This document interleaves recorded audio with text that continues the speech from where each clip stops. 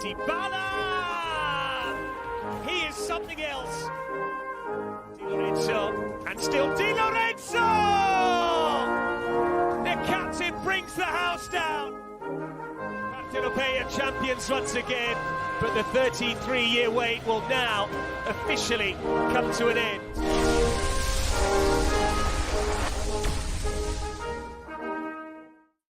Ciao ragazzi, and welcome to another edition of Serie A Sit Down, World Football Index's podcast for your calcio to go. I'm Frank Crivello. He's Richard Carmen. Ciao, Richard.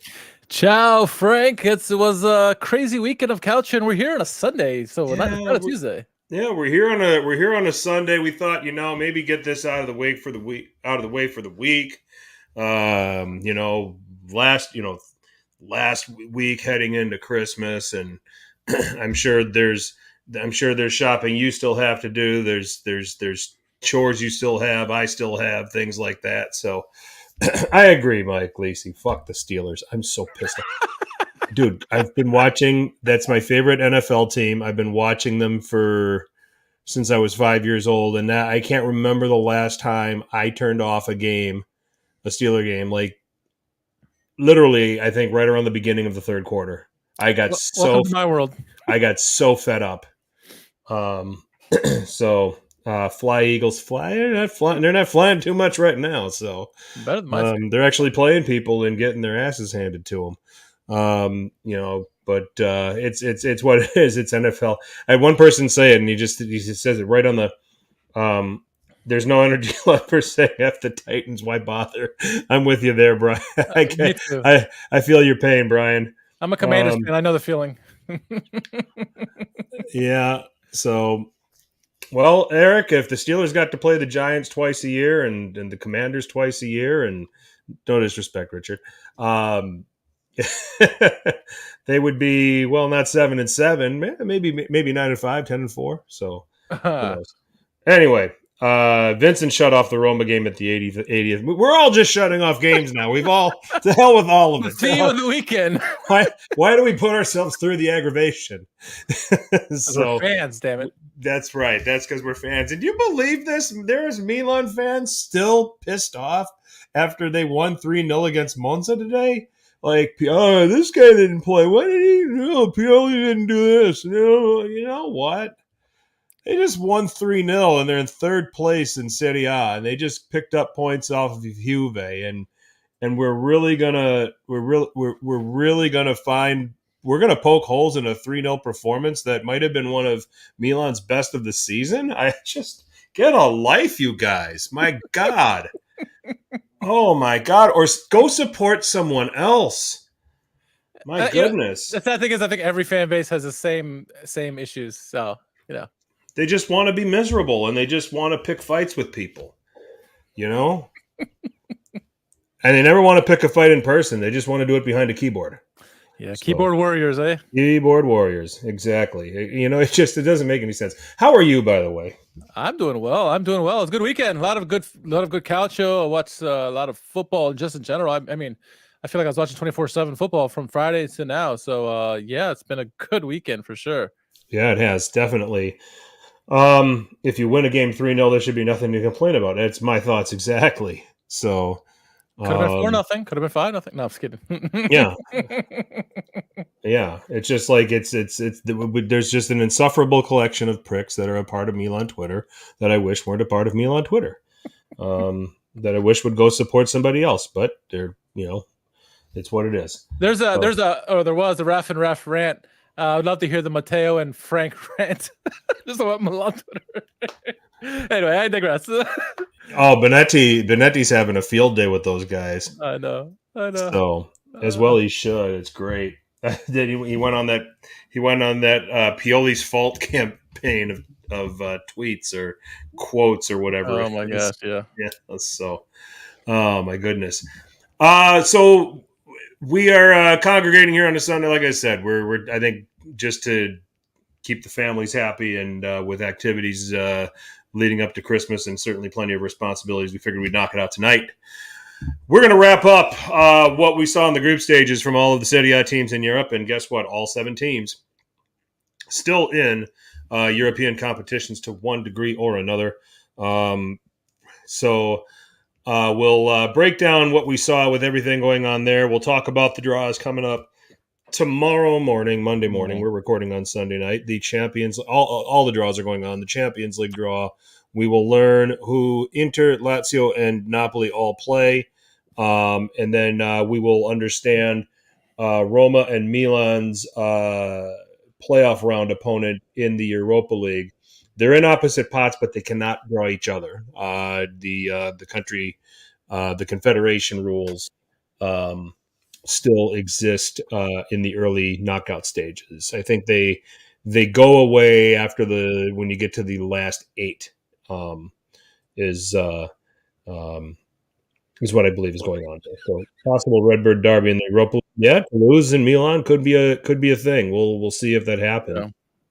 You know, and UEFA likes themselves a good narrative, so that might end up happening.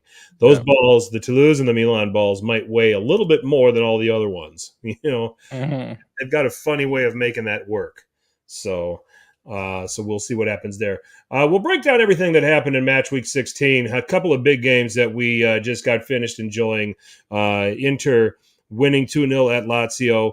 And then Bologna with a 2-0 win over Roma, probably their signature win to date. Yeah. When you take a look at it and the threat that they're, that they really might be for top 4. Making us look good. Not the top 4 part, but, Bologna looking good. Well, you know what? Top 5 might be fine too right now. Yeah. We're going to get – so, with the way the Champions League is going to get reconfigured for next year. So, so we'll see what happens. We're going to have a little conversation about Victor Osimhen because he did a little something special here on Saturday in the win over Cagliari. Not only the goal, but then the assist that had everybody buzzing for Kvaratskhelia. So we'll talk about Osimhen's play. We'll talk about where he stands among the best strikers in Europe. Alessio Dionisi, is he the next one to get the sack? We'll break down kind of why things haven't gone well for him at Sassuolo, and we'll finish with the world's most popular hashtag game. Who won? Calcio Twitter. Lisa already thinks Bayern lead 1-0. The draw hasn't happened yet. Who would Calcio Twitter nominee? There we go, right there. Right off the bat. Yeah. The draw hasn't happened yet, and Lazio are already behind 3-0. Harry Kane's already scored, yeah. Yeah. It's exactly the kind of team Harry Kane scores on. Yeah. So let's get into this Euro stage wrap. And I think the first and most obvious one we'll probably want to knock out of the way, Richard, is Milan failing to qualify for the Champions League, parachuting down to the Europa League, despite the 2-1 win at Newcastle. Needed Borussia Dortmund to go on and beat PSG for them to claim the second spot and go through. We accurately predicted that Milan would go to Newcastle and win. We also accurately predicted that they were not going to get the help that they needed in Germany. So here we are, Europa League for Milan. And you know what? A few years back, Inter and Napoli were in the group stages, and they ended up going to the Europa League. And in both cases, there were games that you could look at, and I think in Inter's case, I think they had 2 games against Shakhtar in their group where they were both 0-0, and Inter just completely overwhelmed Shakhtar in both games, just didn't score. One goal out of those 2 games would have put them through. That's how fine these margins are, and especially when you're talking about a group of death that Milan were in. 1 goal would have put them through. 1 goal at home against Newcastle would have put them through. That's how much Milan missed this by in a very, very difficult group. So, is the Europa League an acceptable consolation, or are we still on it's Milan's DNA to be in the Champions League and not qualifying, despite this being the toughest group, not qualifying is a failure by Milan's lofty European standards, or do they get a pass because of how challenging this group was? It is for me, it's a failure. The Champions League is in their DNA. It's a tough group for sure. Did themselves no favor but not scoring one of the first 2-3 games. 1 goal, like you said, would have been enough to get them by. And yeah, you can look at Europa League in a way that say, like, look, it's positive because they're still in the tournament. It's still the European experience, right? Roma went through this, Fiorentina went through last year, even though they're in Conference League again. So it's good for them to get that, all the young players get that experience. But what we've been saying is like, Champions League or bust, meaning if you don't make it to the knockout stages of Champions League, you want to get out because the team isn't exactly performing well this season. They're like up and down, right? And if they're out of the European competition, they can focus more on the Scudetto. And we saw what that happened a couple years ago. They won the Scudetto. Not saying they're going to win the Scudetto this year, but they can focus more back on the league. Now with Europe, they got the distractions. Milan already have a host of injuries already, so it's not going to help them anymore to play even more games going down the stretch here. So, I mean, even if they go and win it, great. It's nice. Or they do well in tournament, great. But for me, it's still a failure because it's Champions League. Yes, it's a group of death, but Dortmund isn't the greatest of teams. PSG isn't a good team, and Newcastle at the bottom of the group. So they should have got out of this group. And this is all credit to PSG and Dortmund. They did what they had to do. So for me, it's a failure. I mean, where do you sit with this? I'm with you. It's a failure. Milan is one of the brand names of European football, and not qualifying for the Champions League, regardless of the hand that you're dealt, is a failure. A couple of years ago, they had a difficult group as well, with having to navigate Atletico Madrid, Liverpool, and Porto. And I think, while a failure, I think that one was probably a little bit easier to accept because it was their first venture back into the Champions League in so many years, and there was just a relative lack of experience in the squad. And Liverpool were just incredibly talented at the time. Atletico Madrid, very good. Porto, they're a very difficult group to work their way through. Here they're in a difficult group on brand name, but on talent, it's not some of the Dortmund teams that there were in the past, even though they're fast and they're dynamic and can cause a lot of problems with what they have going forward. It's not what PSG have been over the last few years. Sure, you've got Kylian Mbappe there, but they're definitely not. And then it's a Newcastle. It's, trying to make a name for themselves on the European scene with the Saudi money that they have and the way that they can invest. But you're catching them at the early stage of their project where you should beat them. So I think it would have been a catastrophe if they didn't beat Newcastle in the last match day and finished dead last. Okay, it was already a failure enough.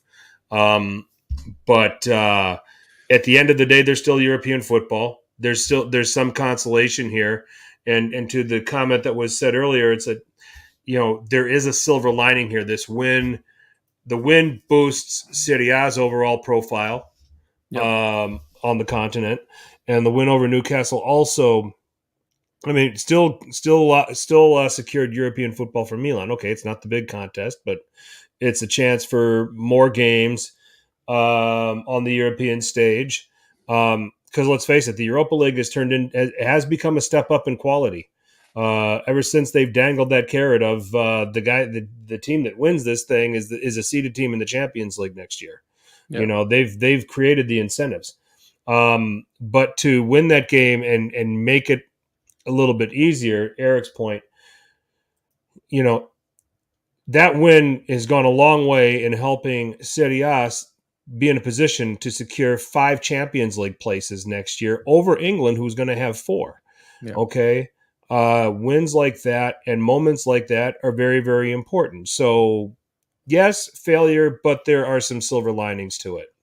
Let me put the scenario for you, Frank, because this is another thing that probably bugged me more than what the result of how it shook out, because really it's Milan's fault that they didn't go further. Sure. But let me put the scenario for you. You finished dead last in your group, and then all of a sudden you want to chirp and talk like you're the best in the group.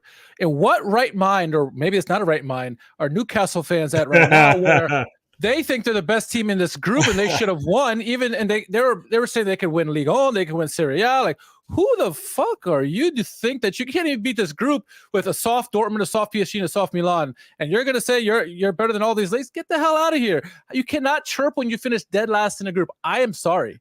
When you're seventh in your own league, you're seventh in your own league. Yeah, and say that you can. There's one clip that I saw there's one guy who made sense. He's like, "How are you saying Newcastle are better than Milan?" It's like, Milan were in the semifinals of the Champions League last year. How are you better than them? You like, what are you talking about? There's like one sane person in the whole videos that I saw this weekend, and I was like, "What the fuck is going on? What am I watching? What am I watching?" Milan completely outclassed Newcastle for 135 of the 180 minutes that they played each other. I'm going to give Newcastle the first half of that game at St. James's Park. They were better. Okay. But Milan adjusted. Pioli adjusted, made some changes, struck the right chord with the substitutions. And then they went on and won the game. So, but yeah, it's sour grapes. I mean, right now, the English football, they've got no right. I mean, not only Newcastle, but Manchester United, they're out. Okay, I'm completely out of European football. 2 teams. So it's prem-face delusion. It's all these things. It's this holier than thou thing just because it's so well marketed. There's so much money, and I get it. There's a lot of very, very good teams, and don't get me wrong.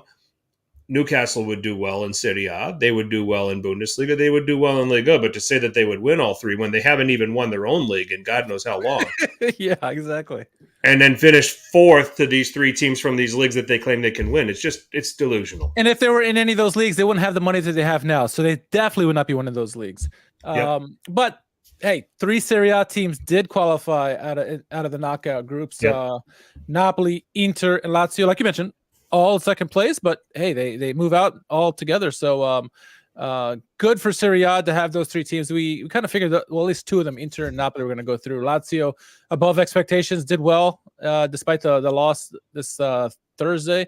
They move on, so it's good to see this representation for Serie A moving on in the Champions League. Yes, I think that if there's a team that should be disappointed, it would be Inter. I think they should expect to win that group that they were in. They got to, even over, and Real Sociedad's a solid side, but not to the level of Inter. For me, I won't say it was a failure for Inter to finish second in the group, but it should be considered a disappointment. That's kind of where I'm coming from on that one. They dropped. They just needed to beat Real Sociedad on the last day, and they couldn't do that. So I think there's enough that in and of itself is of concern, because the win would have put them in a better situation as far as the draw was concerned, and would have given them a second place team, maybe a little bit better matchup, but we're splitting hairs. I mean, they qualified ultimately. And I think they qualified without losing a match, if I'm not mistaken. I don't think they lost. I think they drew Sociedad, beat Benfica at home. The biggest problem with English football is the English. I like that. I think they had, was it 3 wins and 3 draws for Inter in the group stage, or undefeated. That's what it was. Yep. I don't think Inter will be bothered in the slightest. Yes, they would have loved to win it and make it an easier second knockout or second round game. However, I don't think Inzaghi and Inter are bothered in the slightest. One, I know that because they put out a rotation for the last game against Braga or against Benfica. Sociedad. They for them, it wasn't about winning the group. They were qualified. They're focusing on Lazio. They believe in their mind Inzaghi is a cup merchant. We've talked about this numerous times. And this team is one of the best in Europe. They don't care who they play against. Inzaghi is going out there saying, we're probably going to get Man City. We'll take him over 2 legs. Like, he's confident. Like, I would be too with this goalkeeper they have, this defense they have, and this overall team that they have. This is a legit threat to European championship here. And so Inter, I don't think they're bothering the slightest of being in the second group. We've seen in the past where those great Milan teams where they finished second in the group, they didn't care. They went, who are they going to play? Going to play Bayern in the next round? Okay, who cares? I'll get the job done. This is what the Inter has, that swagger to them right now, that it doesn't matter who they're going to get in this next group. It's going to be tasty when you have that kind of defense that they have and the abilities and the skills on that team. This is going to be a tasty encounter no matter who it is for Inter, and not necessarily the opponent. Now, if it's Man City, that's going to be must-see TV for 180 minutes plus. But we'll see what happens. But man, Inter, I think they're fine. They're fine. Sure. And Napoli and Lazio, I think, about what we would probably expect of each team, in terms of qualification. Certainly, Napoli, I think you knew second was probably going to be the most likely outcome to Real Madrid. And that's what ended up happening. I think, Lazio did well to overcome Feyenoord to get second position and go through. I think that was and that's one that I suggested. I think when I predicted these groups, I predicted Lazio would finish third. I thought that Feyenoord would be too much for them. And those were both, I think those were entertaining games. Feyenoord's got a pretty strong squad. When you take a look at what they got attacking with Jimenez, with Calvin Stengs, Paixão, but Lazio was able to overcome that. And get to second. So it's a little bit of an achievement, especially considering the league form. That Lazio was able to get through that and go through to the next stage. So, okay, let's go. Let's just ask you the question here. Here are the group winners. These are the teams that. Okay, so the group winners were Arsenal, Atletico Madrid, Barcelona, Bayern, Dortmund, Man City, Real Madrid, Real Sociedad. Napoli can't draw Real Madrid. Inter can't draw Real Sociedad. Lazio can't draw Atletico Madrid. So for each team, give me one team that you'd be happy to see. Give me one team that just matchup wise is going to be a big problem for two legs. Well, for Inter, I don't think it matters to them. Ratings wise, obviously Man City or Bayern would be the draw. I think both those games are still difficult, even though I think they could do well against those teams. I think you'd want to avoid them. So for Inter, I think, Eric mentioned in the chat, Dortmund, that'd be a tasty treat for Inter. Arsenal could be obviously more entertaining. Atletico Madrid would be a freaking rock fight, but I think Inter have the talent to dispose of them. So it's probably, for me, of all the group winners, it's probably Dortmund 1 and then Atleti 2 in terms of, and Atleti has a great defense, but so does Inter. But I think everybody else, it's a little bit more difficult, not necessarily undoable. I think Inter is going to go deep. But those are the two teams I would want, and to avoid, for me, no one to avoid really. I mean, just as a fan, I'd want to see the Bayern and Man City game against Inter later in the tournament where it's more on the line. But I don't think anyone Inter should favor. You may keep going with the rest of the teams. Oh, let me give my take on Inter. I don't think Inter would want to see Real Madrid. The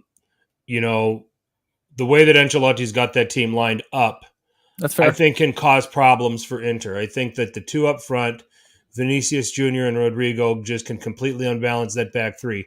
This back three is used to seeing strikers. They're used to seeing solo strikers. Yeah, okay, fine. They probably they train against Lautaro and Marcus Thuram every day. Yeah. Okay, but it's a little bit different dynamic when you've got those two, and then you've got Jude Bellingham sitting right behind them, who that they can play with that. They can play a pressing game and get to Çalhanoğlu when Çalhanoğlu's sitting in front of that back three, and we know that Çalhanoğlu can cough up the ball in his third. We've seen him do it. Yep. So for me, Real Madrid is the one that Inter definitely doesn't want to see. I'm with you on the teams that I think that they'd be comfortable with. Dortmund and Atletico Madrid, they'd be comfortable getting into a rock fight for 180 minutes. Yeah, I'm with you there. Now, they're probably going to draw Barcelona because we don't have a Champions League without Barcelona playing Inter at some stage. Yeah, that's true. In the competition. That is true. So, all right. So how about Lazio? Who should they fear? Everyone. All of them, yeah. Well, I mean, guys, Bayern, you definitely don't want to play Bayern. They're already losing in that game, that series, if that's happening. Arsenal will be favorites over them. Real Madrid, obviously.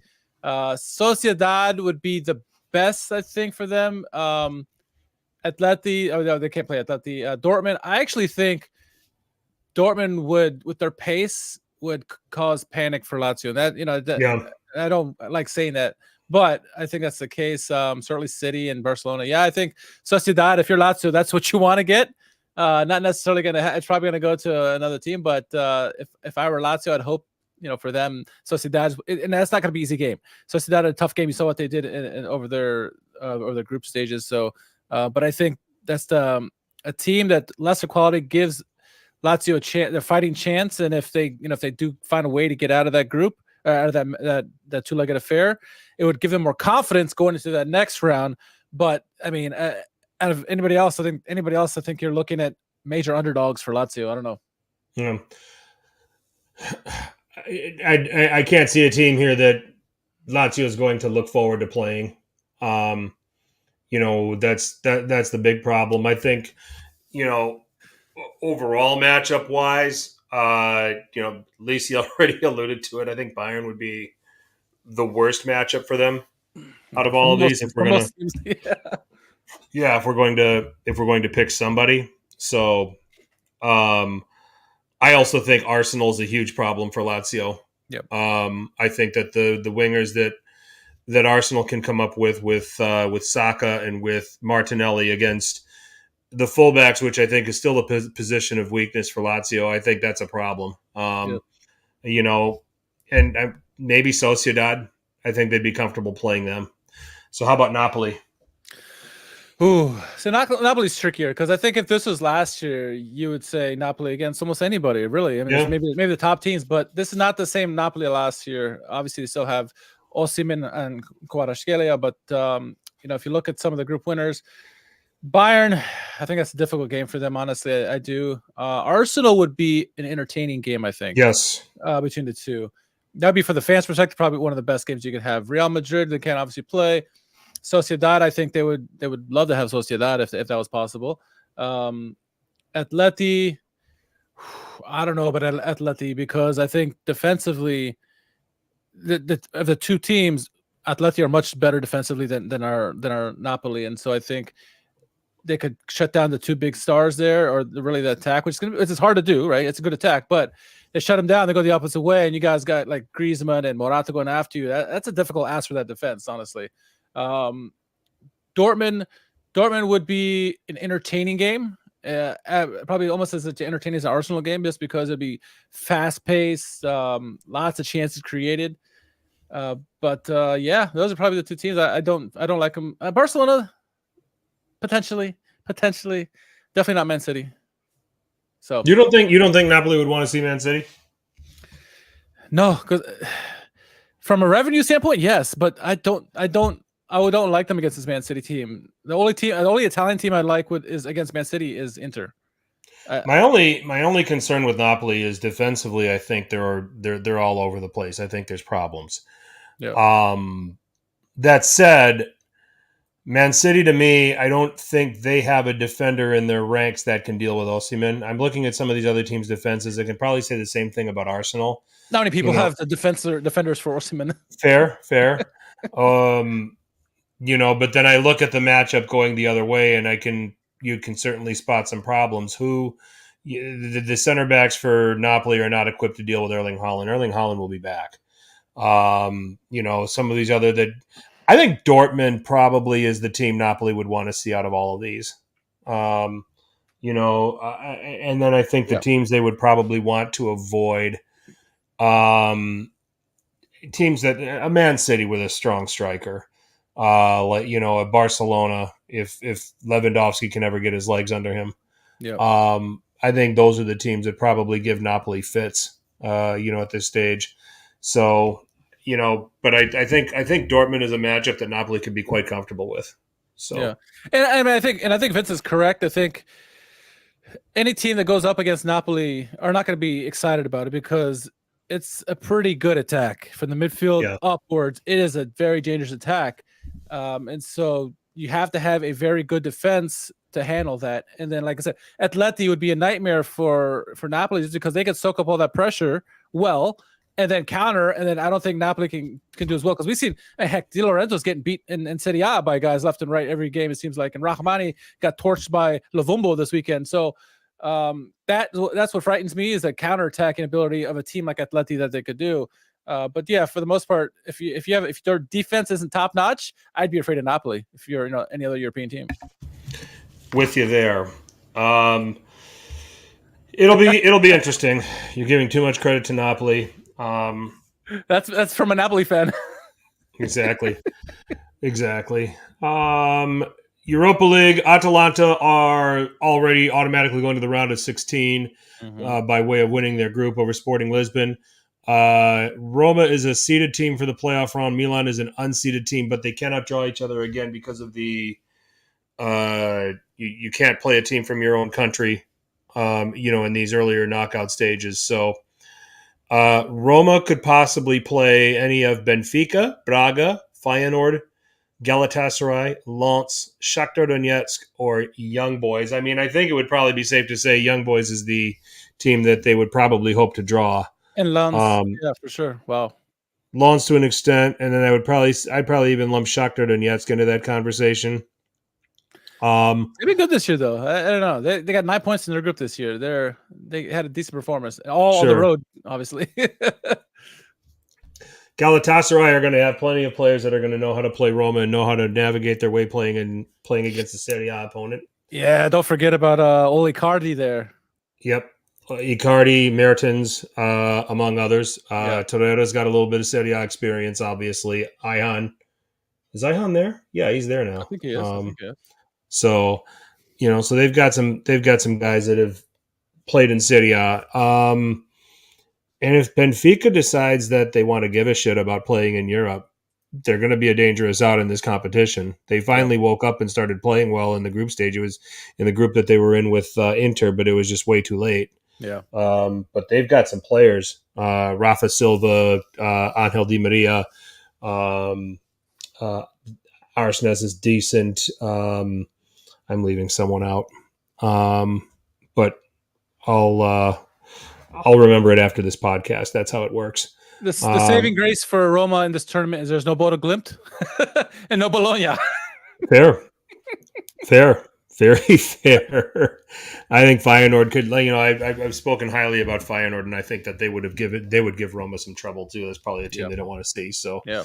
But on the Milan side, possibility of playing Freiburg, Marseille, Karabag, Reims, Stade Rennais, Sparta Prague, Sporting Lisbon, and Toulouse. Toulouse would be the Redbird Derby. Yeah. Marseille would be the storylines of playing against Gattuso. Out of all of these, I guess Karabag would be the team you'd want to see. Yeah, but that trip to Azerbaijan won't be fun. No. Stade Rennais has some attacking talent. I mean, Guiri, Martin Terrier has started playing for them now. And playing well. I believe Borrego is the kind of the creative player in their midfield. So there's some pieces there on that side. Freiburg, we know Vincenzo Grifo. So you spend more time watching Bundesliga than I do. I don't know how they're doing in Bundesliga, but they had their problems trying to deal with West Ham United in their group. Sparta Prague have a decent team, but I would definitely avoid Sporting Lisbon with all the attacking power that they have. Players like Pedro Gonçalves, Marcus Edwards, and I'm leaving it. Nuno Santos on the wingback position. There's some other guys that certainly support them. And then Milan aren't the greatest at defending set pieces, and Sebastian Coates, as a center back coming forward on corners, has headed home his fair share of goals. Mm-hmm. So there's some collections there. So I'd say Karabag definitely. I would say hopefully we don't play Sporting Lisbon. I would not want to see Stade Rennais, even though I think Milan should be able to beat them. I agree. But for the ratings and for the drama, let's play Marseille. Let's play Gattuso, right? Right. Yeah, why not? What do you think? Why not? Yeah, no, I think so. Though I'd be curious, I think I'd rather. I wonder if there's any motivation because, like Redbird, recently dumped Toulouse for obvious reasons because they had to. But with the motivation for Toulouse to be like, hey, we want to get our old manager, our old owner back, and show them we're a better club and blah blah blah. And I can see more extra motivation for Toulouse. So Marseille would be an interesting game, even though that's difficult. Going to the Velodrome, and at Marseille is just a fantastic team, and obviously it'd be fun to go against Gattuso again. But I think if you're just looking at an entertainment standpoint, a team that they could hang with, certainly Marseille. But yeah, I think like everybody else saying Karabag is where you want to go at. And then if you can avoid Lisbon, that's what you want to do. And Fiorentina being a group winner in the Europa League or Europa Conference League, they do not have to endure the knockout, the playoff round. But some teams in here that they could end up seeing over two legs. The aforementioned Bodo Glimt. So Eintracht Frankfurt's in this in this pool of teams. Ajax look like they're starting to finally play better. And play to their talent. Seventh in the table or something. They went away. They've been on a nice run with a new manager. Yep, they have. Real Betis is among this crew. Is among this group. And then I'll say it. It might sound silly, but Union Saint-Gilloise, they're probably not what they've been the last couple of years, and certainly last year they went on a really nice run in the Europa League. Yeah. But certainly will be a tough out with what they can offer. So. We're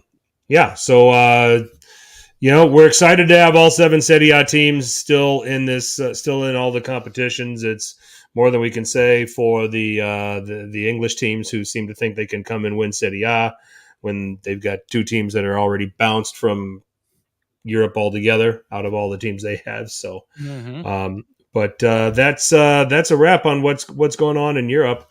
Richard, let's take it away with what happened in Matchweek 16. All right, looking at Matchweek 16, a lot of actions. Started out Friday with Genoa hosting Juventus.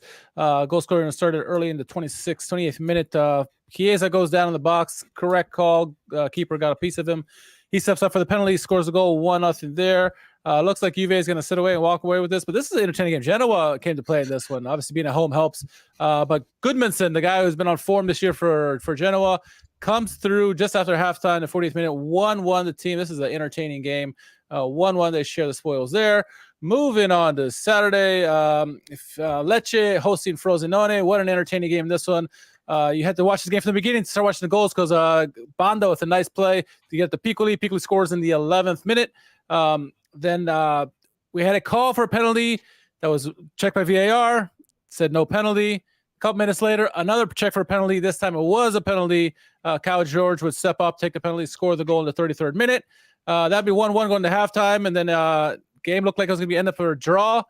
But at the end, Ramadani took a shot from no man's land, kind of deflects off a defender, gets past the keeper. Lecce, big win in their promotion or their survival hopes. 2-1 win at home there. Moving on to Napoli hosting Cagliari. This game, tough game. Cagliari came to play, but Napoli found it difficult to score goals until the second half when Mario Rui, I'm glad Napoli fans are glad to have him back. Trademark pass cross that we saw many times last year, finds Osimhen, goal of the week candidate there in the 69th minute. Looks like they're starting to open it up, but Pavoletti, you would think he wouldn't score till in stoppage time, but it was actually a nice play by Lovumbo, completely torching past Rahmani and then finding Pavoletti for the goal. Really, this play is all done by Lovumbo there, making it 1-1 in the 72nd minute, just minutes after the Osimhen goal. And then goal of the week candidate, Osimhen in the 75th minute, 9 touches of the ball, juggling to get past the defenders, and then finds Havrasheli, who clanks it off 2 posts and gets a goal. Wonderful goal of the week candidate there. Napoli win 2-1, a hard-fought victory there against a game Cagliari squad. Moving on to Torino, hosting Empoli. This game was pretty even, actually, for the most part. We did say goal by Duvan Zapata in the 25th minute.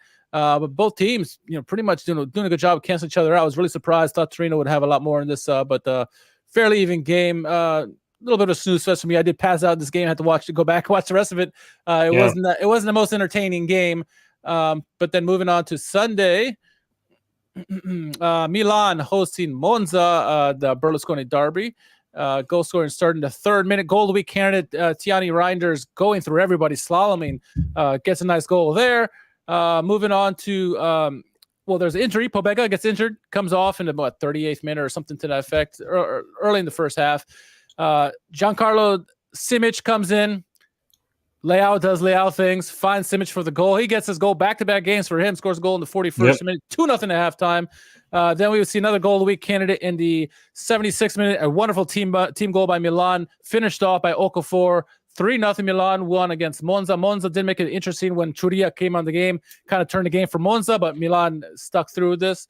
Fiorentina against Hellas Verona, a difficult game, possibly a trap game for Fiorentina, but they found a way to get victorious in this one. It took them until the 78th minute where Carlos Beltran got the goal. Carlos Beltran, that's a baseball player.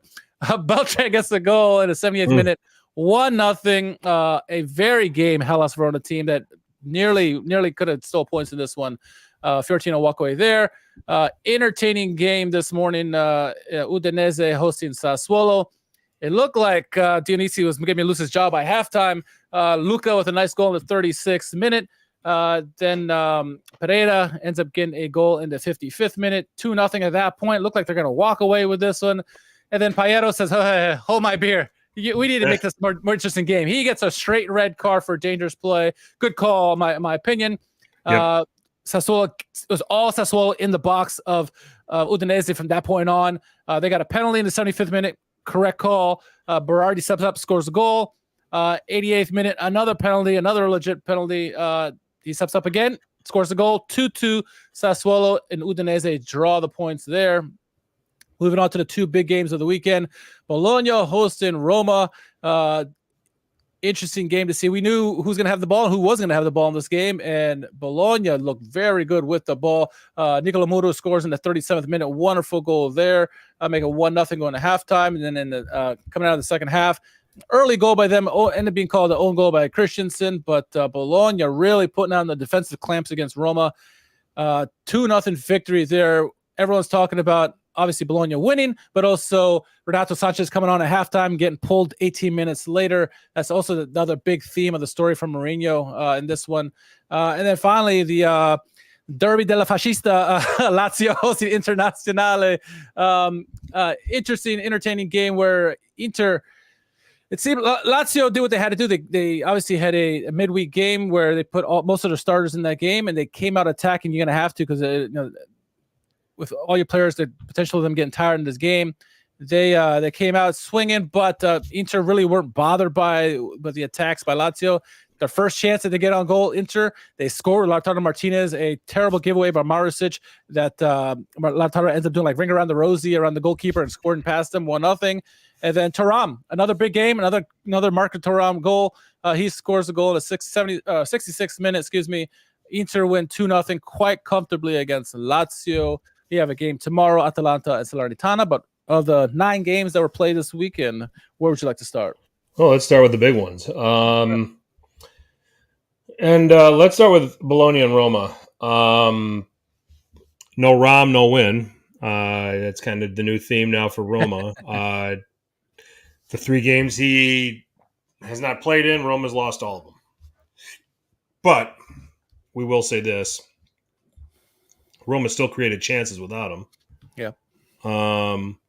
It came down to Federico Ravaglia making some big saves. I think he made a big save, both on Belotti, the header in the first half, and then the point blank chance that Belotti had in the second half. That the Torino Belotti that was valued at $100 million a few years ago probably would have scored. So Bologna looked excellent. Yeah, they did. Roma allowed them to look excellent, though. I think the one thing that nobody paid a lot of attention to, go back and watch that game, everybody, and watch Roma's midfield. And tell me what they're supposed to be doing, because I still don't know. I mean, I just so disconnected. Not tracking back runners. Look at the goals they conceded. I mean, look at the first goal. You got guys that they finally start recovering when they realize that the Bologna players are in positions and in dangerous positions without the ball, with the ball wide. And they said, well, oh shit, I better go pick him up now. It's like it didn't occur to him that he should have stayed with. Like the midfielders literally went 90 minutes without tracking anybody. Yeah. And it just it was insane to me. And you're sitting there that's just something you don't see from a Jose Mourinho team. Well, and the reason why you don't see that is because they lose possession, they just get in early defensive positions right away. It was a freak show from Roma today. Especially in that phase of the game. Bologna had so much space to play through. Yeah. We talked about this with the Atalanta Milan game in the first half for Milan in that game. Atalanta looked like they played their best 45 minutes. I think the way Milan defended, anybody was going to play their best 45 minutes against them. Same situation here. Yeah. So while I've banged the drum for Bologna, you and I have done that ever since the beginning of this season. We do have to point out when things are abnormal. And when you look at how Roma defended, especially through the midfield, it's just like, and then nobody's protecting the back three. So it's so easy to get through to them. It's easy to get balls into Xerxes. It was just a dismal performance. I mean, Jose's going to go through that tape and lose his mind, and then he's going to show that tape to the players, and he's going to lose his mind in front of them. I mean, I thought it was shocking because it's not something you see from a Jose Mourinho coach team. That said, credit to Bologna for winning. This was a big, big win for them, and they looked great. But we have to look at the tape and look at why they looked so great. Yeah, no, that's a fair shot. And I wonder if part of that was Bologna just being so clinical on their passing and quick movements that really threw them off. But I agree. Yeah. Midfield was left wide open for them against them. I wonder if this game was very chippy, especially early on. You saw Pellegrini with a dirty foul. Salamakers had a dirty foul also early on. So it's maybe they were focused too much on that and not really paying attention to what was coming on with the game. I thought Xerxes, what we talk about Bologna and their top four credentials is like the depth is always a question for us, right? We still don't know if there's a backup striker that could back up Xerxes. We now know there is a backup goalkeeper because Ravaglia showed up and he was excellent in this game. But I thought what I love to see about Xerxes in this game is like he's not just one of those strikers that stays and waits for the ball to come to him. He goes into midfield and sometimes even past that to get the ball and then works his way back down the pitch. We saw he tracks back very well defensively, better than most strikers, and so this is why this guy is such a good. He's not just scoring goals; he does all the little things that makes a team successful. And so Bologna were doing all these little things, and Roma I thought were very slow. I thought Gianluca Mancini in particular was very slow, he's ball watching a lot. First goal really wouldn't have happened if he just was pushing up a little bit higher. The guy would have been offside. It's just lots of silly little errors by Roma throughout the game, giving Bologna way too much space to let them do their thing. Bologna's good enough. You don't have to give them any assists. And I thought Roma didn't do enough to create anything. They had some chances, but I mean, Ravaglia made some really, maybe 3 excellent saves, but outside of that, it was really quiet for him. And I thought Bologna did. Anytime Salamakers can look good, that troubles me. What are you doing defensively to let Salamakers look good out there? So Bologna, they got the win, and it's their biggest win on the season so far, like you said, and it's really opening people's eyes to Thiago Motta and what they've done there. I don't imagine he'll be there much longer, just because. The excellent job he's doing, and I'm sure they were probably inspired with the Mihailovic tribute prior to the match too. You probably had a little bit of that as well. But defensively, we know how good Bologna are. They're one of the 3 best teams defensively in the league this year. So it was no surprise to me that they were able to shut out Roma in this one. Anthony, Jose's going to look because of the horrid performance. Okay, I'll just say the back line looked bad because, and a chief reason for why they looked bad. There was no protection from the midfield. Absolutely none. Go and look at the heat map. If you go to SofaScore and you go and look at the heat maps, I don't know if I can share this. Can I? You can try. Where do I do that? Should we share screen at the bottom now? Not on mine, I don't think. Settings. Nope. That ain't it. All right. Present. Share screen. Yeah, let's go. All right, so I'm going to share. Okay. Are you guys with me? Oh, there it is. Okay, there we go. Okay, I am going to. Is my mouse moving here? Yes. All right, let's start with Pellegrini. See his heat map? Yeah. Okay. So you see the arrow. That's the direction that Roma's attacking. Look at his own penalty area. Can't be bothered to be in there, can he? Right? Yeah. Okay. So, and probably not. Okay, if he's the playmaker and he's the guy that they want to get the ball out to if they win it, I can probably understand that. Now let's look at the guys that are probably more responsible to Paredes. Maybe to defend a couple of corners, right? Look at that. Just this glob of yellow right in here. Right? I'm Brian. I'm glad nobody looks at my heat map for my rec league. Hey, Brian, I played forward in the rec league, and I'll tell you what, my heat map was I was regularly in the other team's half, and I don't think I even got into my own half. So I feel you. All right, and then the guy that you probably think should be Brian Cristante. That's embarrassing. I mean, and it tells a lot about what the midfield's doing for that back three in terms of protecting and making sure balls aren't getting in and that sort of thing. So, yeah, they're doing their job through the middle third here, but come on, So, and then let's just take a look at a guy like Remo Freuler. You can argue that Remo Freuler for Bologna was in his penalty area supporting his defense more than any of the three Roma midfielders combined when you take a look at that, right? Yeah. Shocking to see that, right? Shocking. So, all right. Just so that we can paint the picture of what went on there. But Cristante is an embarrassment for Calcio. Yeah, he shouldn't even be in the national team. It's just crazy. Earmuffs when Vincent's in the chat, all right? What's that? As to say earmuffs when Vincent's in the chat. Oh, okay. So just to show you guys what was going on there, I mean, literally, and that wasn't even the half of it. When you watch it on the tape, when you watch it on the game, it looks worse. Those three defenders were hung out to dry against Bologna today. That's fair. It didn't help that they didn't defend well when they were called on, but no. But it's what it is. Your thoughts on this game? I mean, and then you had Ravalia with some excellent goalkeeping. Xerxes was outstanding. So yeah, no, I think just a complete team performance by Bologna in this one. Deserved the win for sure. Like I said, play a little bit of inspired football, a little bit probably has something to do with it as well. But they're a legit team. They're a team that we said is going to threaten for European places.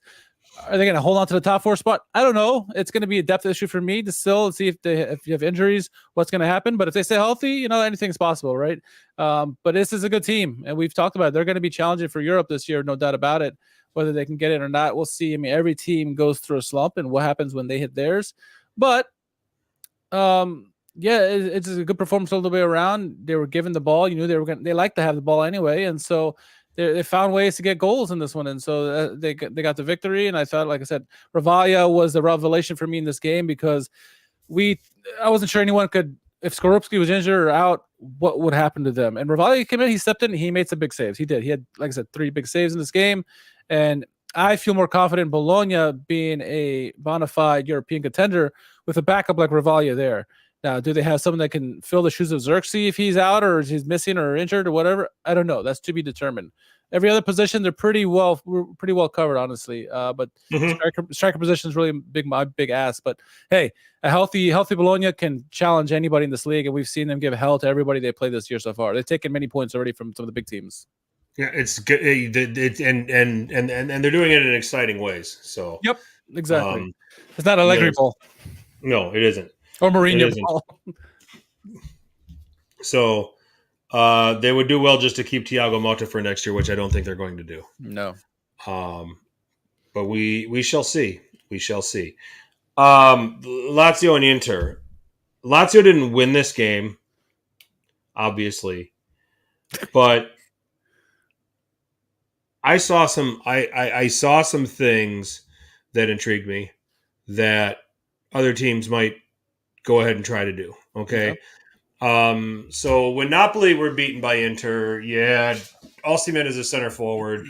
You had you had them trying to see if they could draw Inter players out of position with combination play in wide areas and things like that, to do it. Lazio went with a crossing game. Okay. And when they did it, they were still outnumbered against that back three, but they put a second player in there. If the ball was on the right-hand side, there were a lot of diagonal runs by Zaccagni, who was trying to get in there as well with Immobile. Okay, so that there was an extra target in those situations. And then there were moments where there was a midfielder coming through that was trying to get in there. So, crossing to put some pressure on Inter's defenders, I think they were creating some chances out of that. I thought it was interesting that Inter chose to confront Lazio in higher positions. You normally don't see that from Inter. They tend to pick up their pressure kind of in the middle third of the pitch. Simone had them pressing higher. Mm-hmm. And there were moments where Lazio broke that and created a lot of their chances because they made that extra pass that all of a sudden got Inter on balance, and that's where they were able to get that. And then it was an early cross. See if you can find Immobile, see if you can find somebody, and then get the finish. So that's what Lazio did. But it did pay off for Inter when they pressed higher, obviously. The Lautaro goal was a result of that. Yeah. They just pounced on a poor pass. The Thuram goal, that originated from pressing in a little bit of a higher area and winning the ball back. But then starting the counterattack. My bigger problem with Lazio is how everybody switched off after Barella's first pass. He tried a through pass to Lautaro where there were three Lazio defenders. That gets deflected away. It came right back to Barella. And go back and look at that. Did it look to you like everybody in Lazio stopped after that? No, it did. Pass was denied. Good. Yeah, absolutely. And that's where Thuram takes advantage, and they're way too late in being able to act on it, and Thuram has the easy goal. So just that lapse in concentration. You can't, against a team like Inter in this league, you have to be 100% fully focused and aware of everything, and that you've got to be ready. Where Lazio was doing a very good job of winning those first and second balls in the first half, there were more switch offs in the second half with them. And I think that ultimately, which is what ultimately did them in. Yeah, and I think that Lazio, as I mentioned before, they attacked this game well. Going into the midweek, and we said this last week, where Inter were ready for this game. They rotated heavily in their Champions League match because they were prepared for this. Lazio didn't go with that. They put the best lineup against Atleti, hoping to get a win in the group. Didn't happen. And they're gonna have some tired legs out there. So the way you attack that is, and you see this oftentimes, is when you have the same lineup that plays back-to-back games like that, you attack them early because that's your best chance. Because once the game goes on and on, you're gonna have tired legs. And so I thought Lazio did a good job of attacking Inter at the beginning, creating those chances from the crosses, going for the wide areas, trying to cut it in.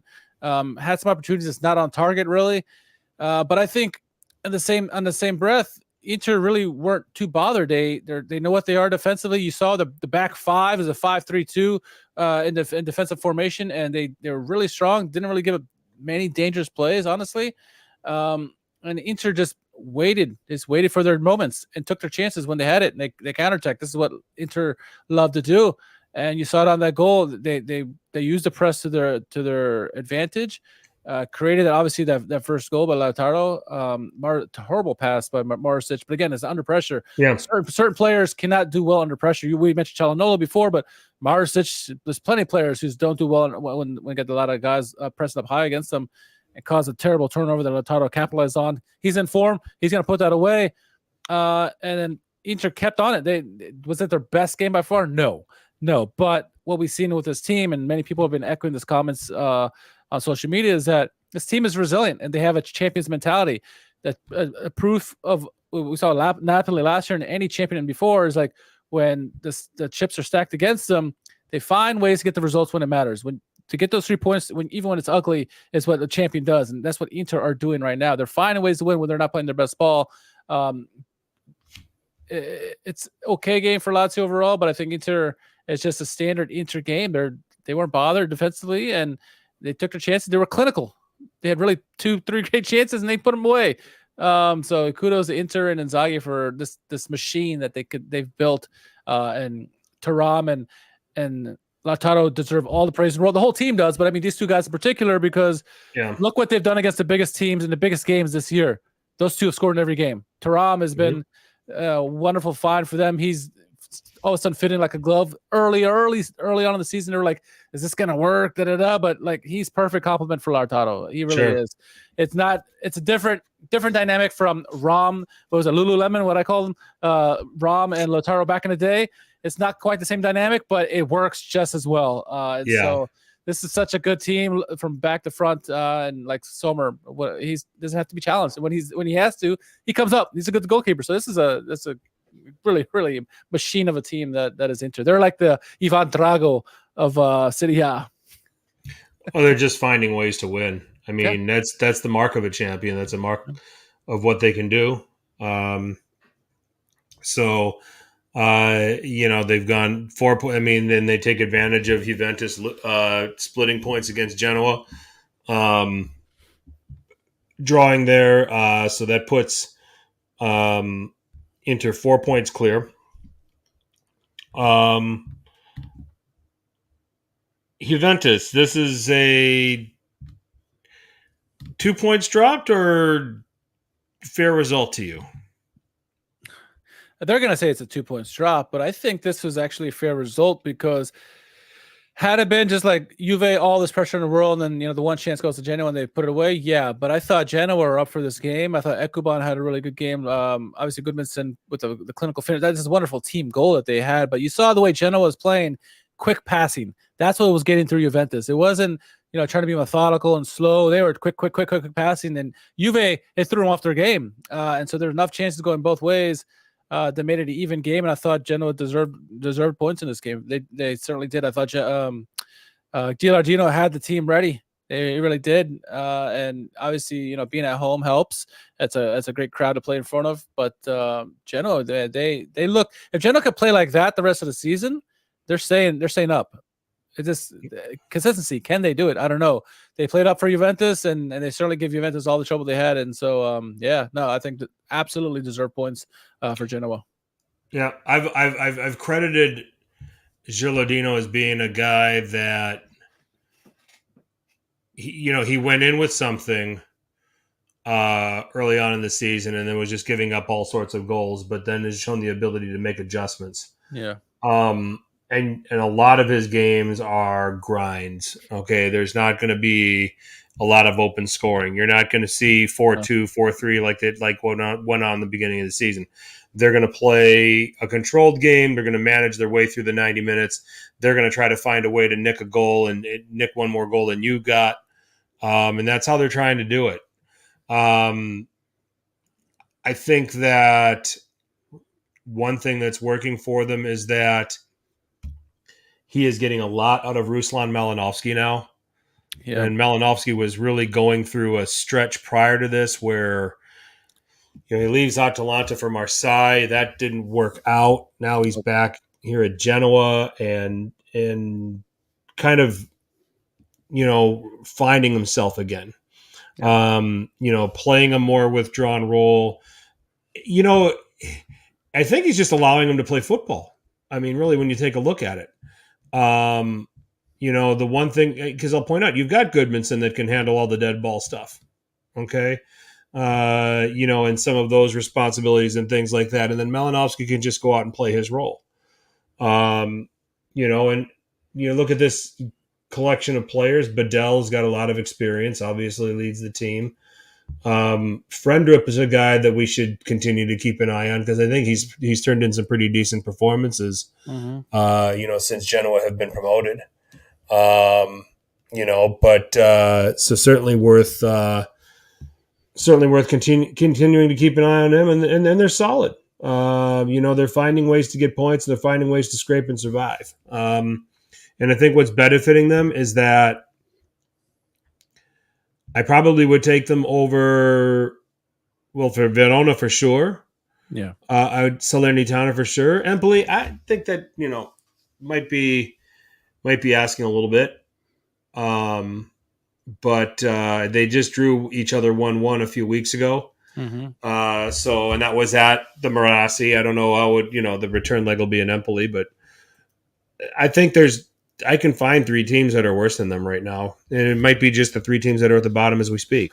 I mean, one of the teams you picked for 10th this year, whatever it was, Salernitana, they're better than that for sure. Did I do that? Yeah, you picked them high. Yes. Shit. One of our listeners says Frank's always telling us about how he picked Roma top 4, but he also didn't tell us about the Salernitana, who he picked high, and they're bottom of the table. They take her. Where was this? Was this on Instagram? YouTube. Was it? Yeah. Oh, but okay. anyway, moving on to Juventus. Well, listen, I didn't expect Paulo Sousa to get sacked and that Filippo Inzaghi was going to take over, which pretty much steals your relegation. Yeah, So. yeah, and also being dead wrong about Frosinone with EDF, right? That's another shock of season there. But Juventus, I think they obviously got a fine with Cambiaso. Such a good player. I think they're obviously gonna be kicking themselves because Josep Martinez had to come up with a huge save after his blunder on Chiesa.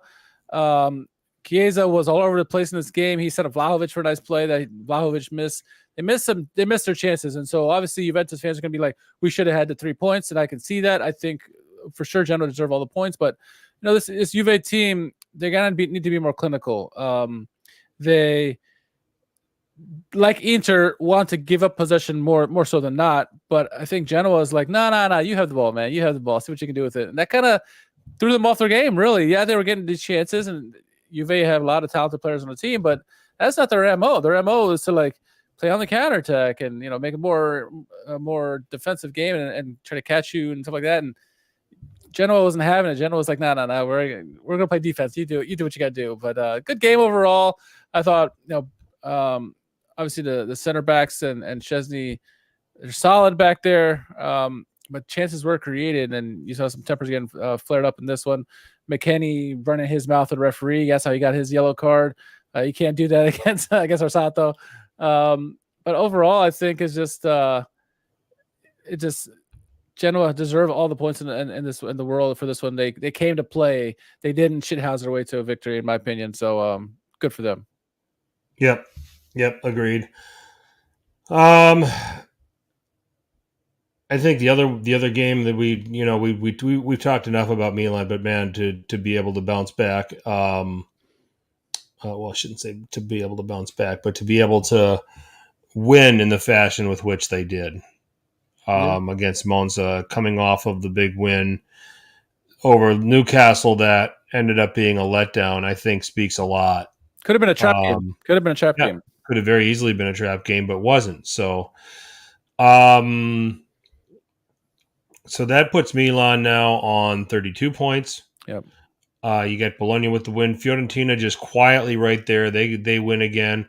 And then Napoli. I mean, these are the kind of results that you have to take a look at and say, all right, fine. Cagliari, yeah, you should beat them. But this is a Cagliari team playing much, much tougher under Ranieri. I don't care what the form is. Yep. They're competitive. It stunk for them for the first few games of the season. But Napoli getting the win in the fashion that they did, and getting goals, getting big contribution from Victor Osimhen, and getting Kvaratskhelia on the score sheet. That matters in terms of Napoli trying to find that success in finishing top 4. Oh, 100%. I think this is people are going to say, oh, it's Cagliari, you should have won by more, but like you mentioned, they're playing tough at the moment, and I think for Mazzarri, this is a game they can look at and say, look, we were pushed to the limit, and we kept at it, and we found a way to win. It was a good win. It really was, and I think we know what kind of offense they have. They still have some issues defensively they got to work out, and Mazzarri's got to figure out a way to help out his defenders when they are playing teams that have the attack or counter against them, because that is a glaring weakness for them. I think Moret came up big in this game in a couple of saves, huge saves on Cagliari, where it could have been, game-changing score lines. But overall, I think Napoli, they kept coming at you. They don't stop, and that's what you love to see. That Mazzarri is trying to look at what worked well last year and adapt it. Unlike Rudy Garcia, who was not even want to hear about what happened last year, he want to do his own thing. Mazzarri is trying to adapt some of that, and you've seen it in the play from Napoli that, having a guy like Mario Rui, he was so instrumental to him. Rudy Garcia didn't even want to have anything to do with Rudy Garcia this year, with Mario Rui this year. And so having him back, and then he can find Osimhen with his eyes closed. I mean that's the kind of connection they have, and Osimhen's a workhorse, Marcelo is a workhorse. The team, it's just a good team and good win. And obviously took some special play by Osimhen to seal the victory, but I think overall it's a strong win against a tough Cagliari. To the chooch that said I picked Salernitana 10th, go back and look. I picked him 15th.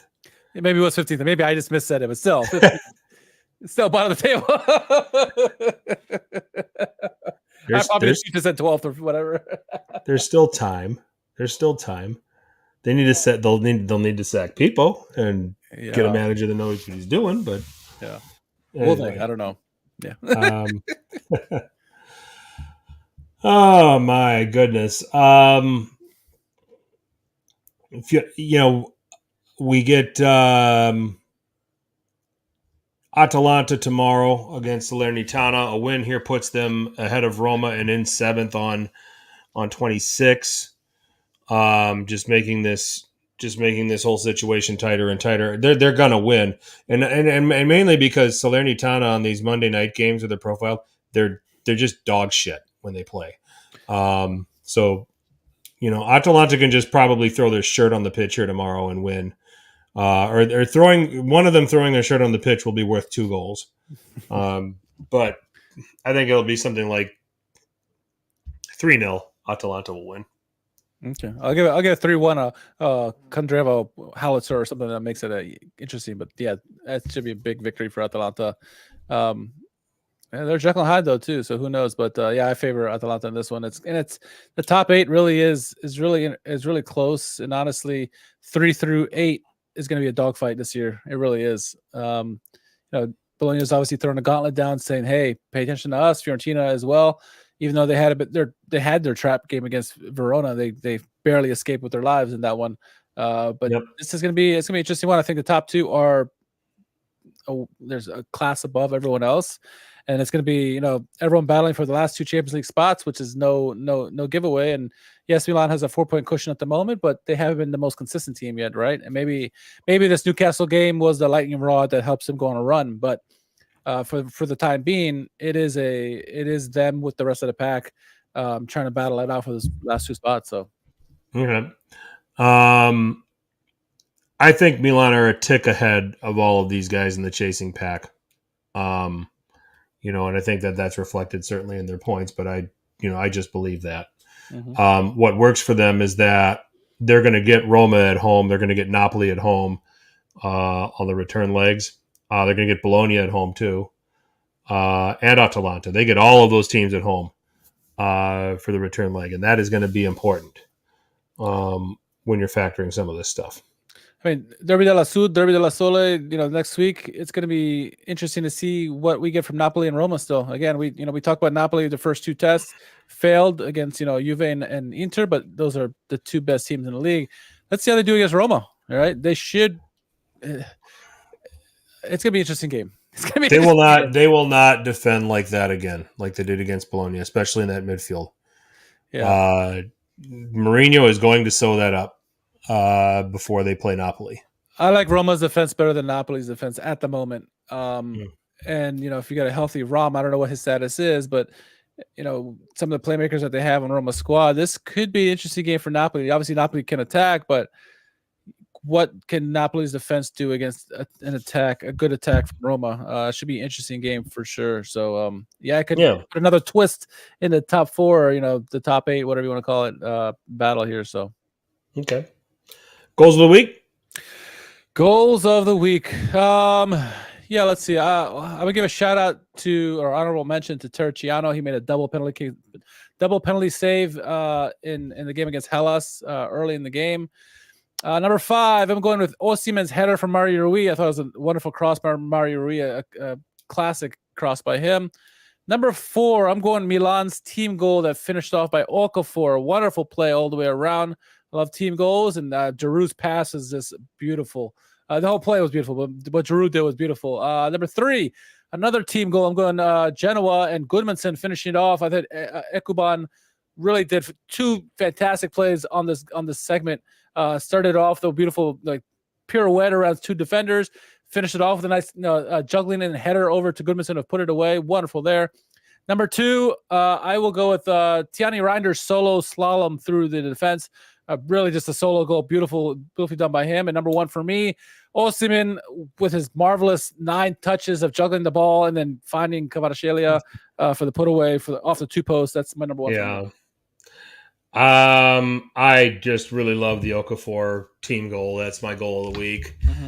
Kvaratskhelia from Osimhen's 2nd, Reinder's solo goal 3rd, and then I only have a 4th, and that's the performance from Federico Ravaglia, the 2 big saves that he had on Belotti, in terms of preserving the win and coming in. I just want to recognize his performance as a backup goalkeeper, to come on and deliver the goods for the Rosso Blue. So, excellent stuff there. Let's get into a quick conversation, Richard, about Osimhen. Where is he?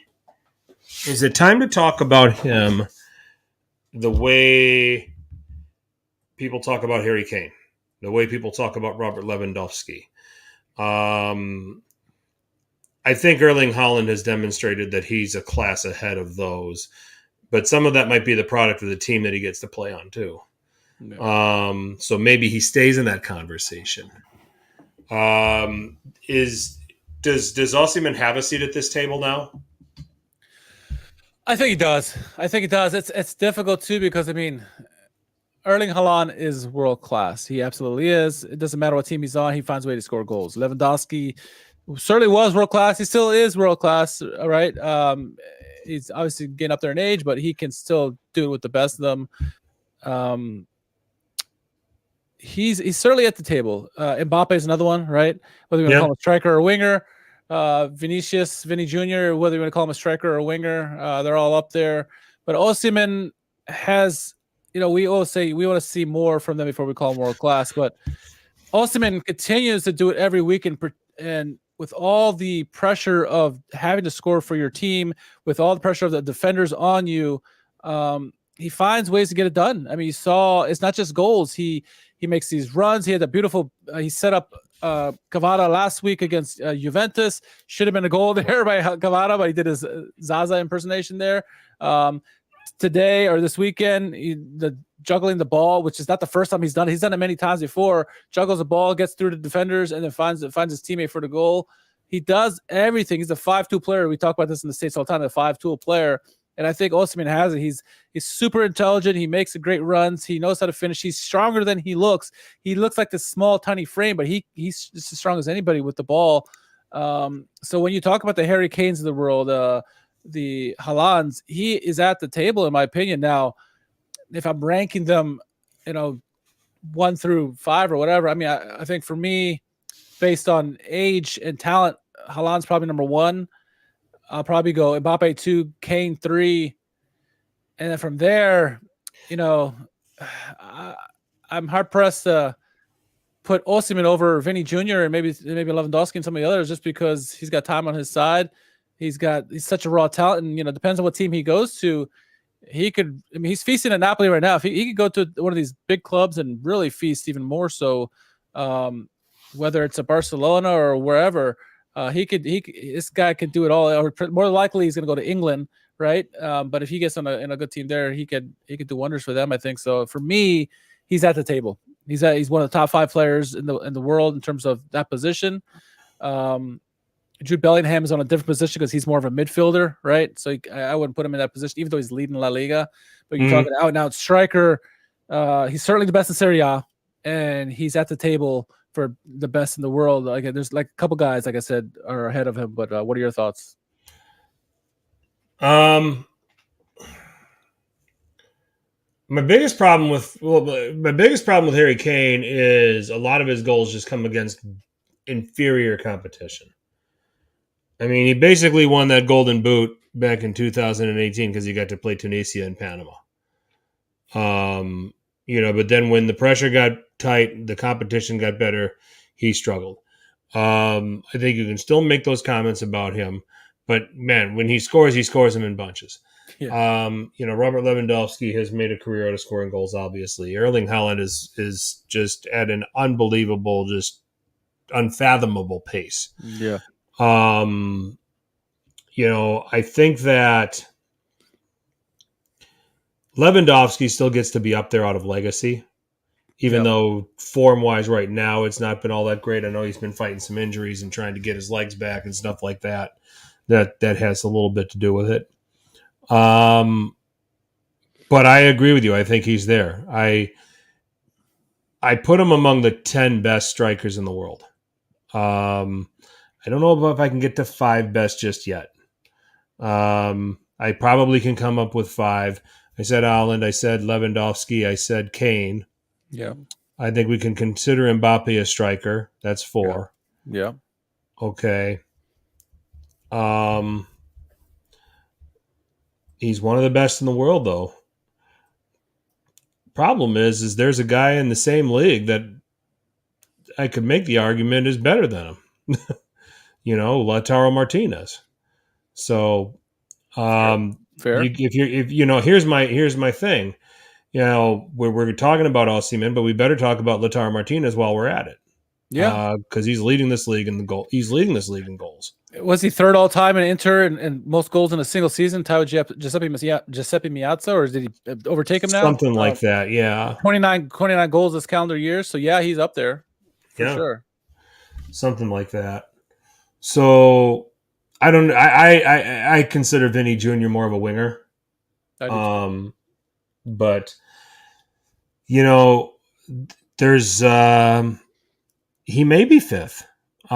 That's just that's one of those things. Is I'm just trying to rack my brain trying to find other strikers. I will say this between Lautaro and Osimhen, the one thing Lautaro has over him is that he seems to be a big game player. Yeah, at least in Serie A and with Inter, because we saw in the Champions League last year as well. And that's where I'd probably put Lautaro ahead of Osimhen, because I've seen Lautaro do it in big games. Osimhen didn't quite get it done over the quarterfinals against Milan. He scored at the end, but Milan had already gotten the tie wrapped up. Yeah, but they both deserve a seat at the table for sure. Sure, no problem with that. Yeah, no problem with that. But yeah, I think that he plays with power. He's got open pitch speed. But he's not a 1v1 where he's not a guy that's going to ever create his own goal. He does need service, but most of these great strikers do. Kane needs service. Lewandowski. Mbappe is probably the one out of that group that can create his own goals. Yeah. So that's where that comes in. But the rest of these guys rely on service, but they get themselves in the position to finish too. So, yeah. Interesting conversation. He might be, if we're just talking about pure strikers, he might be in that. He might be in the top 5 now that I've talked about. Yeah. I find it very hard. Very few guys who I think who can supplant him in terms of best strikers, but other than the ones we mentioned. Yeah. So, and great chat about Lautaro Martinez too. That's an excellent shout. I'd probably put Lautaro ahead of Osimhen at this point. Yeah. So, but that can. Those guys could probably trade places at least 2 or 3 times as the season goes on. Yeah, that's how close they might actually be. Yeah. So, from strikers who we have a debate about being among the best in the world to managers who might be on the way out. Well, we don't know this yet, but after falling behind 2-0 to Udinese, we're now calling into question the actual managerial credentials of one Alessio Dionisi, since this Sassuolo team, while talented, not playing up to that talent, sitting in 15th. Is he the next guy for you to get the sack? I think he is. I mean, he's only sitting. Sassuolo is only 4 points above the drop, and we see what Sassuolo do week in, week out offensively, and you're like, okay, this is Dionisi is doing fantastic here. But they're very much the fun bad team of Serie A, and they have been, where they score goals and they give up goals. And I wonder, obviously Sassuolo has higher hopes than being just above relegation. They want to be contending for, top half of the table, maybe trying to get into Conference League type play. They had been for a while. They were under De Zerbi. They were one of the teams in mid-table. And I wonder, Dionisi, he's getting all these plaudits for the way, the Lorientes and the Pinamontes of the world. Berardi, he's Berardi. He's been there forever. But I wonder how much of this is Dionisi's doing, or, De Zerbi was there before, laying the footprints down in EDF to an extent before him. And this team and this culture that they have offensively has been there for a while. So, like, have they really improved under Dionisi from De Zerbi? I don't know. Defensively, they've gotten worse. And so you have to blame the manager on how they've been performing defensively as well, not just the goal scoring. And yeah, they have all these talented players, but they were there before him. What has he done? Yeah, we found, Enrique is a good player. Fratesi was there before too, but again, you can say they were scouted before and they're just part of the system. And he'd never really deviated offensively from them. Let the attackers attack, but the defense has sure taken a hit. And that's why I question, maybe he's not as good as we thought he was. He's just a beneficiary of having a great manager before him in De Zerbi, and just part of the system. And if he doesn't get the results, he's out of a job. And I can't blame, Sassuolo for doing that. The problem here with, it is not necessarily the personnel available to him, because Sassuolo the scouting team has been able to do a good job of identifying players to be able to come in and replace the players that they're selling. When they sold Manuel Locatelli, they got Davide Fratesi, and Fratesi just picked up. We called that right off the bat when that signing happened. We said that, they're going to pick up right where they left off with Fratesi. He's going to be the next guy they sell, and sure enough, that's what's happened. Daniel Bolocca is now the next man charged with filling that role, and he's been okay. He hasn't put the imprint that Fratesi or Locatelli have put. But then you've got creativity in abundance with this team, with Loriente, with Berardi, with Bayrami. You've got Pinamonti now up front. So you've got the attacks there. Where I kind of get frustrated here when I think about Sassuolo is just how silly they are defensively and the goals they give up, and that they just don't invest in those positions. They had Ayhan there for a little while, and now he's at Galatasaray. And I think they had one other decent defender there before he moved on. But they've not been good at replacing those positions, and I think because of that, Sassuolo become this fun bad team, as we like to tell them, as we like to describe them as. So, and Consili's still the goalkeeper. Is Cragno just hurt? Because I rate Cragno over Consili. Yeah, but I think Consili has longevity and sort of legacy, you want to call it. You said that with Lewandowski, with this team, and so he's certainly not as good as he once was, Consili. So I think it's just maybe favoring Consili over Cragno or anybody else at the moment, honestly. And they still got Ferrari's was their captain, or not one of the captain, vice captain today, he could be captain of our Crap and a Cracker team. He's just bad performance after bad performance. Peterson had a bad game as well. It's just defensively they're a horror show, and they give up 1 million goals a game, and they're They're fun to watch as a neutral because you can see goals, but as a manager, what have you done to improve this team defensively? And nothing since he's been there. And that's what's worrying me about. Maybe he's not who we thought he was, to quote Denny Green. So yeah, for me, maybe unless even if he gets to turn around, I'm not so sure about Dionisi anymore. I used to think like, oh, he's this great young manager, next Vincenzo Italiano or whatever, but I don't know anymore. I'm not so sure. I think he just got lucky with some great players offensively around him. Obviously, Berardi's still there, and he's just riding that right now. I don't know. Yeah, it's very, very interesting right now. Interesting times there for Sassuolo. Definitely underachieving. I'll tell you this. I want to see more of this Samuele Mulattieri, though. Yeah. The young forward. I mean, Pinamonti's their guy, fine, but this kid looks like he could be something. and could be putting away more of these chances. We'll see. I think that's one guy we want to keep an eye on. He's getting spot minutes in Serie A. He's playing more in Coppa Italia, but he's a guy that I would probably say let's keep a closer eye on him and see if he can get some more chances. So, decent player there, or at least when he's been given his opportunities, he's been trying to make some kind of an impact. But I'm with you. I think at the rate this is going, I think Dionisi's the next guy out. I just can't find. Verona seems content to hang on to their coach, even though they play better today. They play better against Fiorentina, so if they can improve upon that, who knows? But Empoli and Salernitana have already sacked their managers, and who else? Udinese, they've sacked their manager. So it's only natural that if this run continues, that Dionisi is the next guy to go. Yep. So. It is Serie A. These managers don't last the whole season. It's what it is. So, anyway. I think we've covered all that. We can move on to the world's most popular hashtag game. It's time for Who Won Calcio Twitter. There it is, and it's let's start things off. A few of them tonight, but some good ones tonight.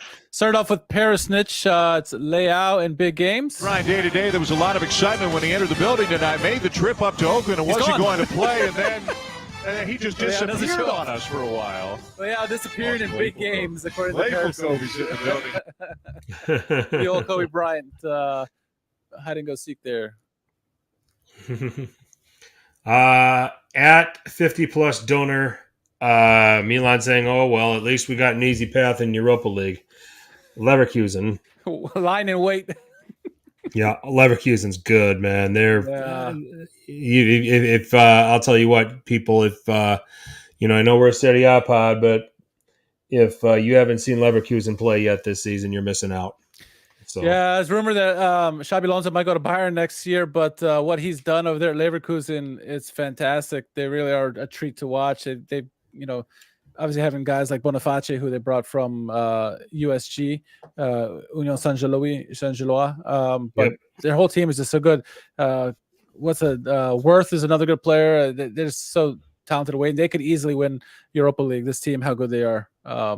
They're fantastic. So, All right, moving on. Next, Apex nominated the next one, and it's Bonetti. Chanting the Europa League music. Shout out to Bonetti. Follow Calcio Cast. He just dropped another episode tonight, so definitely follow that. So the next one is Saturn.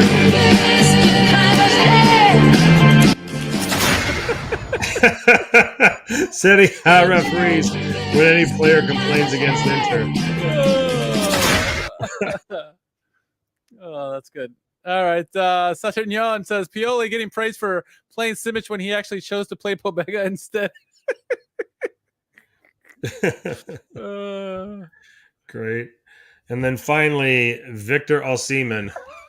So Victor Osimhen tweeted out a picture of him in the African Player of the Year award. And so someone tweeted him and said, Hakimi deserves the award more for his contributions for the continent and taking his team to the World Cup semifinals. So Osimhen just said back to him, here you go. Here's the news. Say yourself. Wow. Wow. Maybe a little triggered here. I don't know. Yeah, a little bit.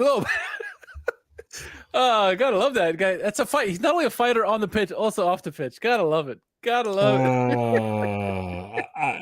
I didn't see that one coming, honestly. So I think it's Saturnian.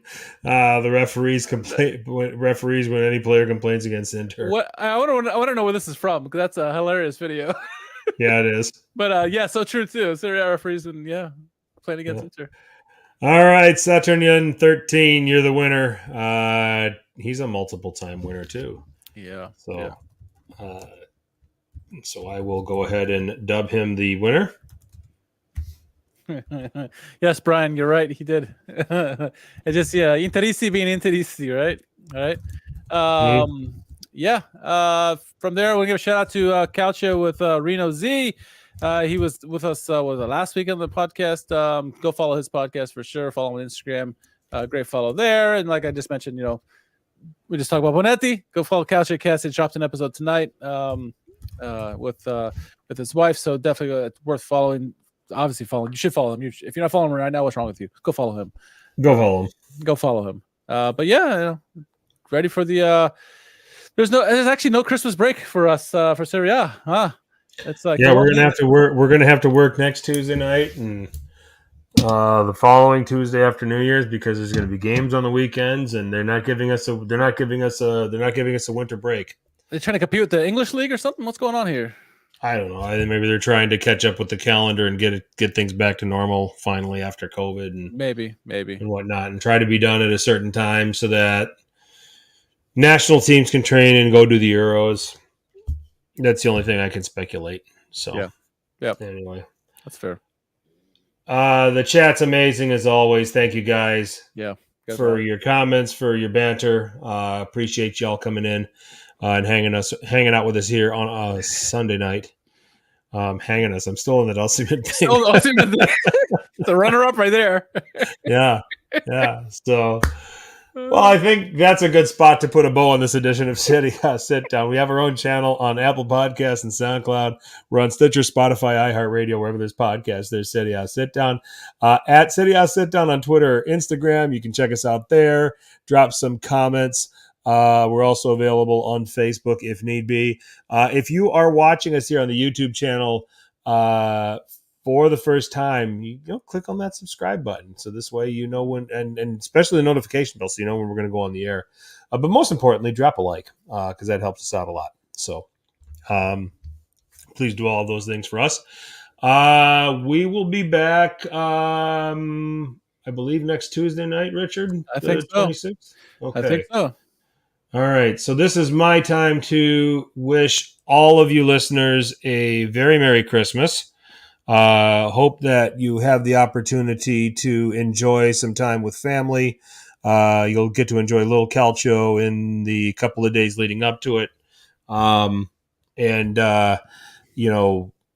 you are able to have some good moments, on a very important holiday. Buon Natale, I agree. So that's it. I just want to say Merry Christmas to everyone. Chin chin. Chin chin. All right. So that is it for this edition of Serie A Sit Down, a podcast of World Football Index. For Richard, I'm Frank. As always, tell your paisans about us. Ciao.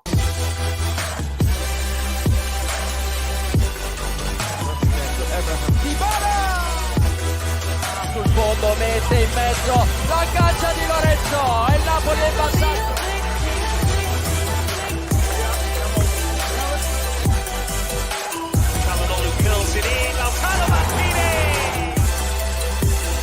Zielinski, Barattaglia, Rappada Poli, the tapped in by Osimhen.